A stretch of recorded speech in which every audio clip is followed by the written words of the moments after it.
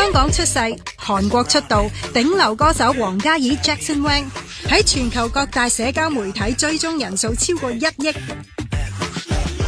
所有人都勸我唔好休息，我覺得我再咁樣落去我會死。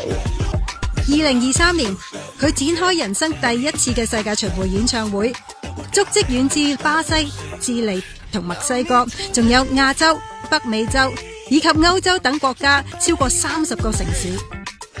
我一出道嗰時19歲嗰時，我係未 ready 社會，我唔知點樣 handle 呢一切，即係因為係第一次咁現實嘅一切打擊到自己。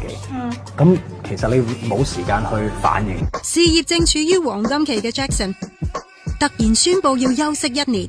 譬如話負能量嗰啲，我係諗過真係我唔想再活落去。用咗1年嘅時間去重整人生。